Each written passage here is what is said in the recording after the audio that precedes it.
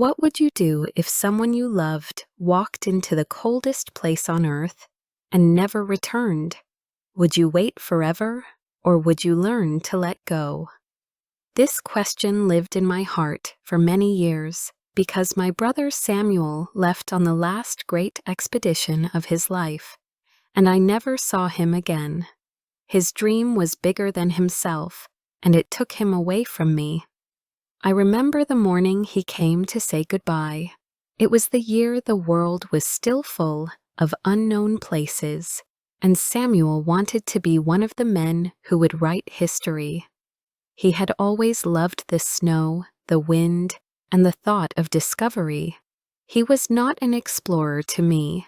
To me, he was my older brother who once carried me on his shoulders, who laughed with me in our little garden, who promised me that no matter where he went, he would come back.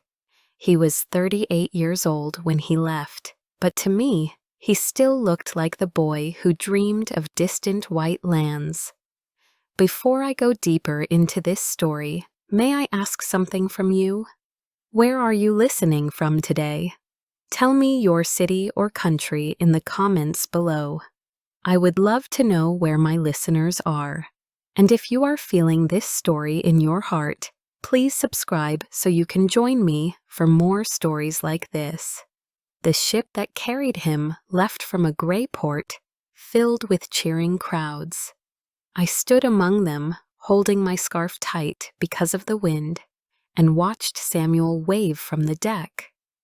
People shouted his name, even though most of them did not know him. For them, he was a hero, a man going to conquer the last empty space on the map. For me, he was simply my brother, and I prayed he would not disappear into that white silence forever. His eyes found mine for a brief second, and he touched the small silver locket under his coat. It had my picture inside. That was his promise to me. I did not know then how hard their journey would be. I imagined snow and dogs and brave men singing songs to keep themselves warm. But later, when I read his letters and the diary that returned without him, I understood the truth. The cold was not a friend. The ice was not a home. Every step was a fight against the land itself. They had dogs, yes, but also heavy machines and tired ponies that could not live in that place. They pulled food on sledges across white ground that seemed to have no end. Samuel wrote to me about the first months. He said the men were strong and hopeful at the beginning. They built a wooden house on the ice and called it their base.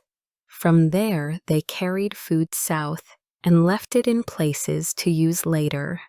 They had to do this because the way was long and full of storms. He wrote that the nights lasted forever, and sometimes the wind shook their walls until it felt like the house might fly away. Yet he never spoke of fear. He only wrote about the beauty of the white land, the strange silence of it, and the dream that kept them moving forward. Another group from another country had the same dream. Samuel knew about them. He did not say their names in his letters, but he called them the fast ones. They had more dogs, better skis, and they moved quickly. He tried not to think of them as rivals, but deep inside, I think he wanted to be first. I could feel it in his words. He wrote, "We carry our flag with us, and I hope it will stand in the white heart of the world before any other." I read that line many times, wondering if glory was stronger than safety. When winter came, they waited in darkness. It was too cold to move far, and the men grew restless. Samuel told me they laughed, played games, and told stories. But behind their smiles was the heavy thought of the road ahead. He wrote of the animals, too. The dogs curled in holes under the snow, safe and warm, while the ponies shivered and grew weak. He knew it was a mistake, but he could not change the plan. I sometimes feel we are walking with friends who cannot reach the end. He wrote about the ponies. Those lines broke my heart when I read them later. In spring, when the sun returned, the expedition set out again. The land was endless white. Their clothes grew heavy with ice, and their boots froze hard in the night. Still they moved forward. Samuel described how the wind cut their faces and made their hands bleed. They followed the black flags they had planted months earlier to guide them back to their food stores. Without those flags, they would be lost forever. Every depot was a light of hope in the endless snow. I kept every letter he sent, and I read them when I could not sleep. Sometimes I imagined I was there with him, walking beside him in the snow. Other times I feared I would never see him again, and I closed the letters quickly as if that could protect him. The truth was already written in his steps, far away from me. One letter was different. It was shorter, colder, as if the land had already taken part of him. He spoke less of beauty and more of struggle. He wrote that the sledges were heavy and some men were growing weak. The machines broke down often. The ponies died one by one. They killed some for food because they had no choice. The dogs worked harder, but even they grew thin. I read those words and felt a sharp pain in my chest. I wanted to reach him, to pull him back, to tell him that no glory was worth his life. But my hands only touched paper, and he was already far beyond my reach. The last part of his letter stayed with me forever. He wrote, "The white world does not welcome us. It tests us every day, and sometimes I wonder if we will win or if the land will take us. But do not be afraid, little sister. Whatever happens, I am proud to walk this path." I cried that night, not because of the words themselves, but because of the silence that followed. It was his last letter. When weeks turned into months and no news came, I waited by the window of our small house. Every sound in the street made me turn my head. Every knock at the door made my heart race. But it was not Samuel. It was never Samuel. Only a box came back, filled with his diary, his broken compass, and the silver locket with my picture. I held it in my hand and knew he had carried me with him until the end. I did not know the full story until much later. For a long time, I only had silence. It was years later, when I read his diary, that I discovered what truly happened. The words inside those pages showed me not only the land, but the slow breaking of the men who walked across it. It was not only the snow that defeated them, it was also the choices, the pride, and the hidden race that pushed them further than they should have gone. Samuel had always been honest with me in his letters, but the diary was different. The diary was written for himself, and sometimes for the men around him. There was no smiling tone, no attempt to comfort me. It was the raw voice of a man fighting against nature, against time, and against himself. His words were often short and heavy. He did not hide his doubt anymore. He began to ask if they could ever reach their goal.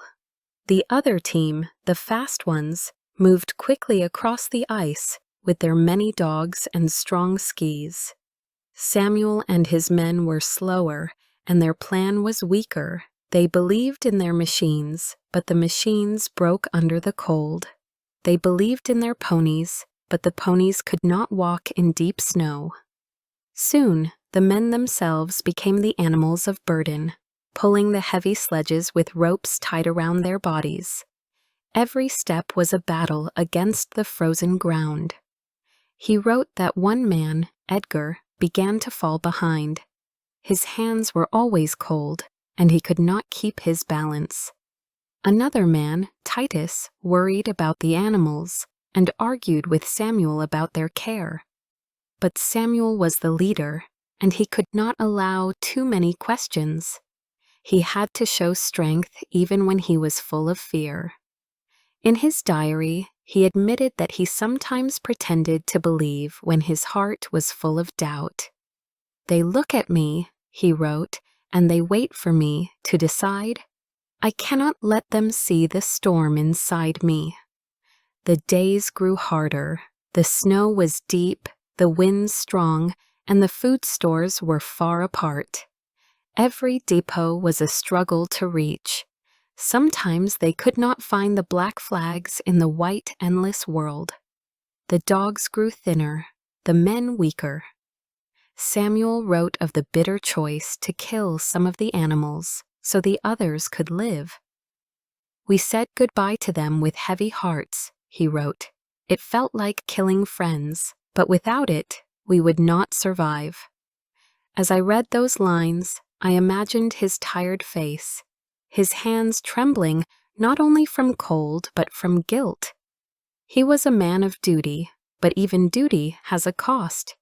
He carried the weight of every decision, and it grew heavier with each step. The rivalry became clearer in the diary, too. One evening, as they camped on the ice, one of the men had a newspaper from months before. It spoke of the other team, the Norwegians, moving quickly toward the same goal. Samuel wrote of his anger when he saw those words.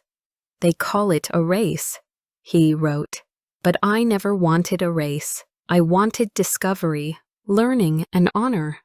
Yet now it is a race, and I cannot allow us to lose." I could feel his pride and his pain in every word. He had started this journey for knowledge, but now his heart was chained to the idea of being first. The winter turned to spring, and they climbed the high mountains of ice. Samuel described how their boots slipped, how the sledges almost fell into deep holes, and how their faces burned from the cold winds.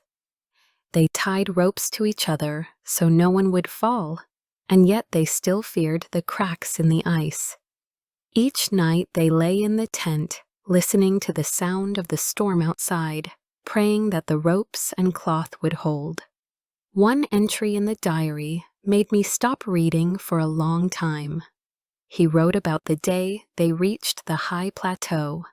The land stretched flat and white as far as the eye could see. He wrote that it felt like walking on another planet, far away from all life.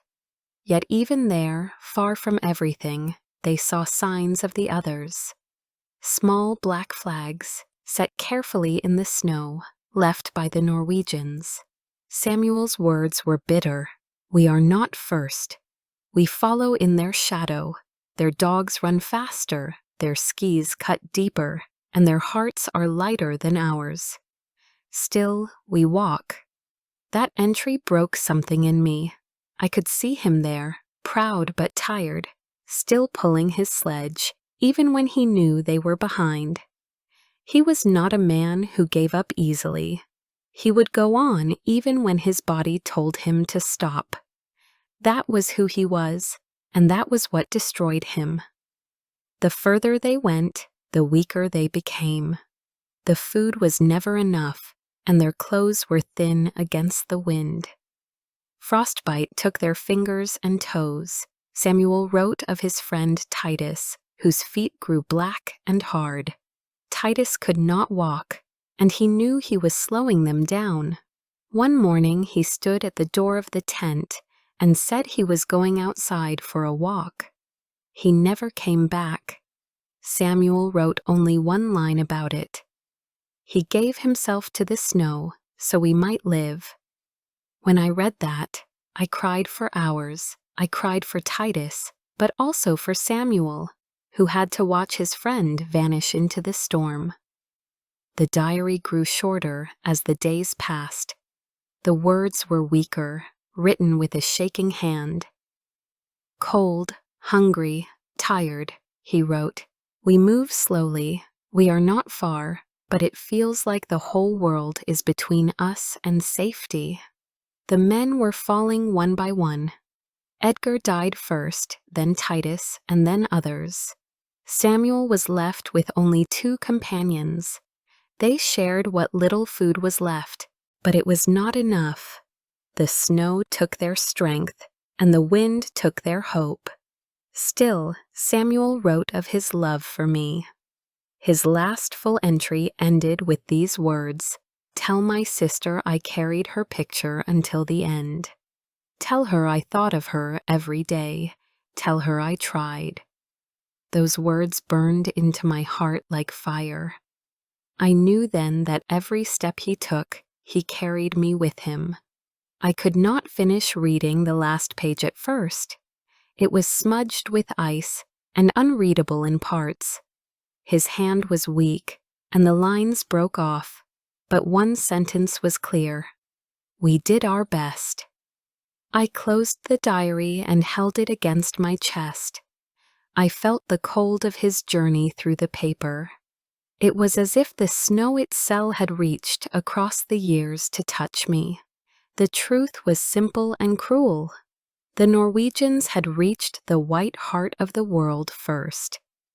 They left their flag, their food, and their letters. They returned home as heroes.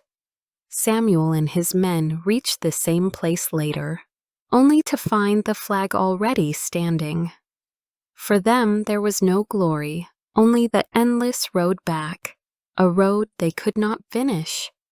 And so they stayed there forever, in that white empty land, under the snow and the silence. Their bodies were later found in a tent, frozen together with their letters and diaries. But not all were found. Some were lost to the ice forever, including Titus, who walked out into the storm to save the others. When I read these words, I realized something painful. It was not only the ice that killed them, it was also the dream.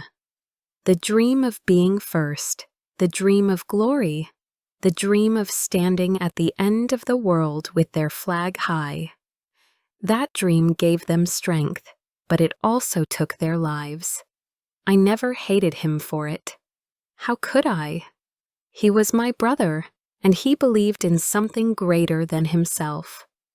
But I could not stop asking myself, what if he had stayed? What if he had chosen life with me instead of death with the snow? These questions have no answer, but they live with me still. When the news finally came, I was not surprised. A friend brought me the newspaper one cold morning. On the front page was a picture of the Norwegian flag standing tall in the white land. The headline said, "First Men at the South Pole." I stared at it for a long time, but I did not feel joy or pride. My hands shook as I held the paper. My brother's face appeared in my mind, tired and hungry, carrying his heavy sledge through the storm. I whispered his name, but the paper gave me no answer. Weeks later, another letter came, this time from men who had survived. They told me what they found, a tent half buried in snow. Inside were 3 frozen bodies, lying close together. Beside them were diaries, letters, and Samuel's silver locket. I held that locket when it returned to me, and I could not stop my tears.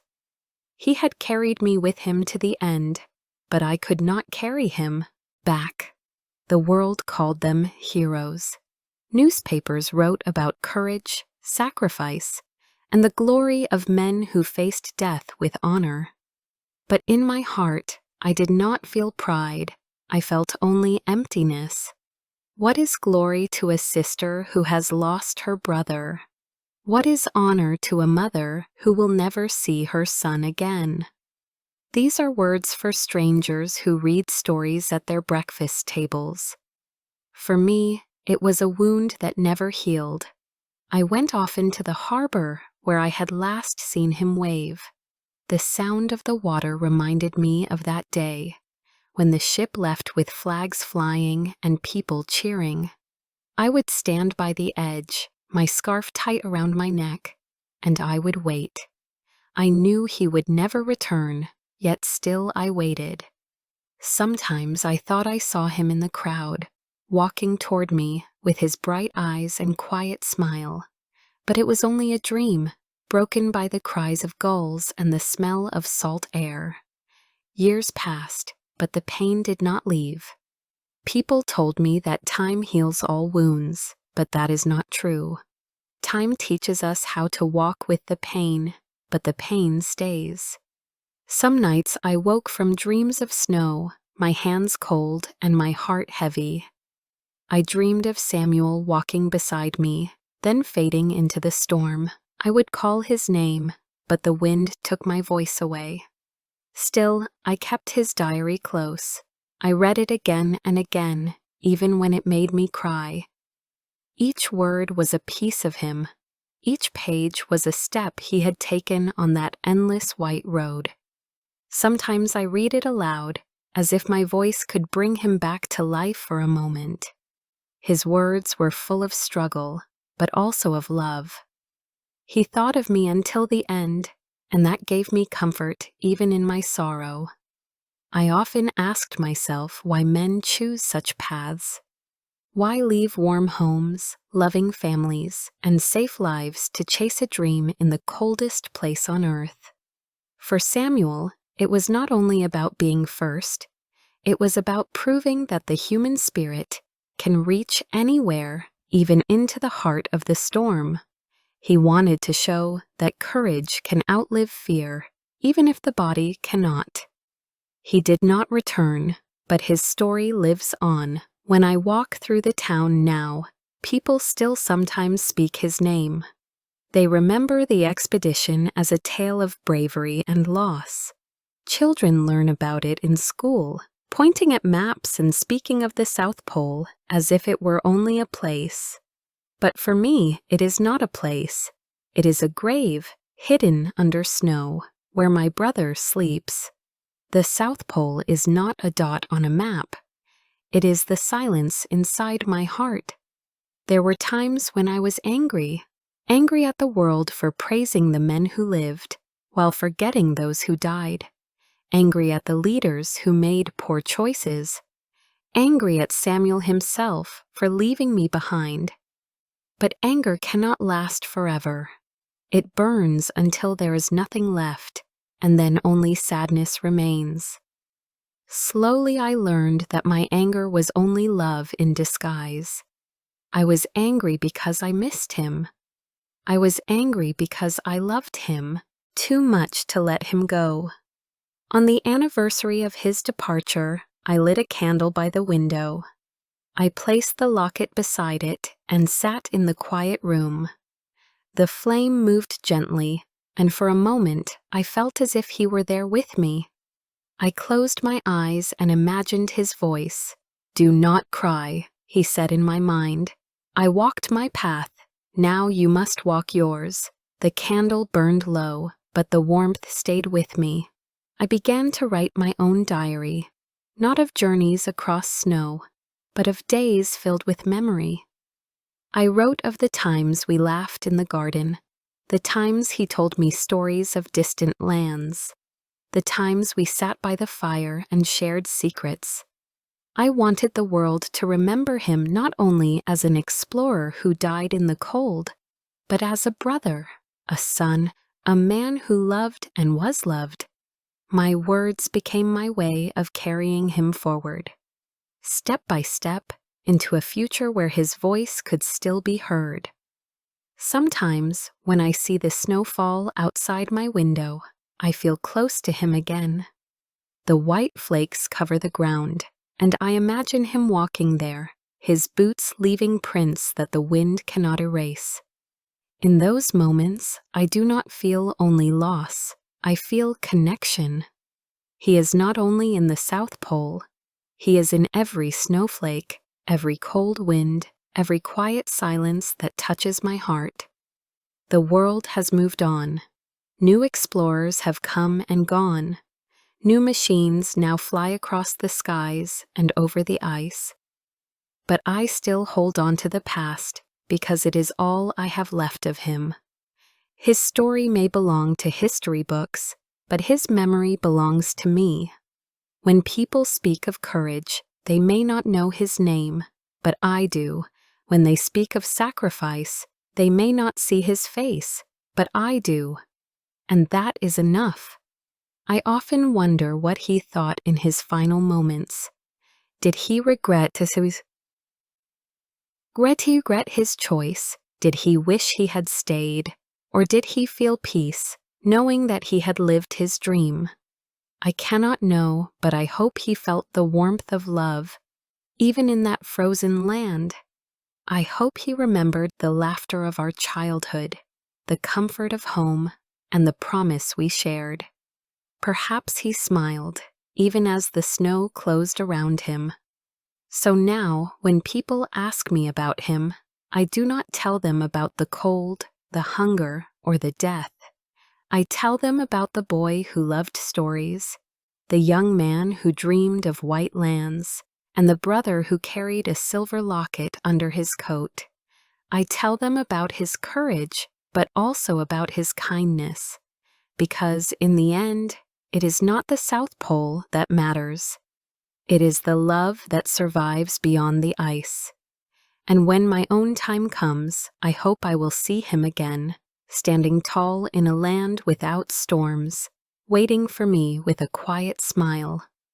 Until then, I carry his memory like he once carried my picture, close to my heart, safe against the cold. His last expedition took him away from me, but it also gave me a story to tell, a story of love, loss, and the strength of the human spirit. That is why I speak to you now, telling his story in my voice, because stories keep us alive, even when the snow has taken our bodies. And as long as you hear my words, my brother Samuel will never be truly gone. If this story touched your heart, I would love to hear your thoughts. Please share in the comments, what would you have done if someone you loved went on such a journey and never returned?